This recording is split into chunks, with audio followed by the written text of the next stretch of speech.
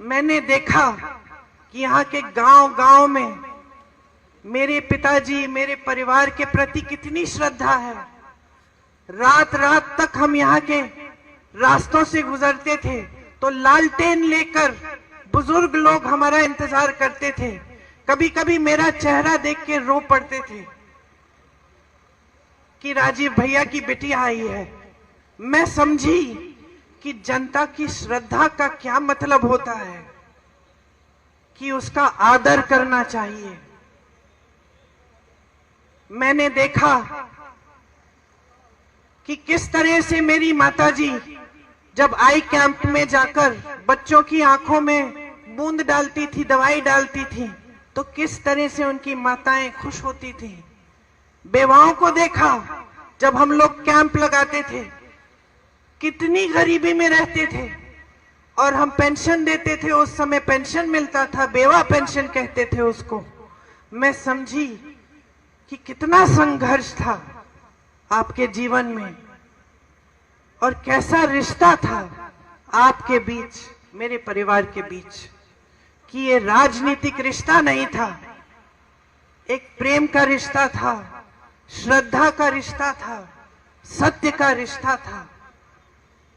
फिर भाई यहां आए, उनका भी चुनाव लड़वाया, सांसद बने, आपके लिए खूब काम किए। जहां जहां विकास ला पाए विकास लाए। लेकिन उसके बाद पूरे देश में एक नई तरह की राजनीति आई, एक राजनीति जो शायद हम जैसे लोग शुरू में समझ नहीं पाए, क्योंकि हमारी सभ्यता ही अलग थी, हमारी समझ ही अलग थी। हमें सिखाया गया था कि जनता के सामने झूठ मत बोलो, हमें सिखाया गया था कि जनता का आदर करो, हमें सिखाया गया था कि जनता सर्वोपरि है। और हम अपनी आंखों के सामने देख रहे थे कि एक नई राजनीति उभर रही है जो जनता के जज्बातों का इस्तेमाल कर रही है, सत्ता बटोरने के लिए जनता को गुमराह कर रही है। यहां अमेठी में आए ये लोग क्या समझेंगे, स्मृति जी क्या समझेंगी? ये तो यहाँ पे आपके लिए थोड़ी आई, ये तो राहुल जी को हराने के लिए आई, ये राहुल जी से लड़ने के लिए आई, ये आपके प्रति श्रद्धा की वजह से नहीं आई। वो कैसे समझेंगी ये रिश्ता?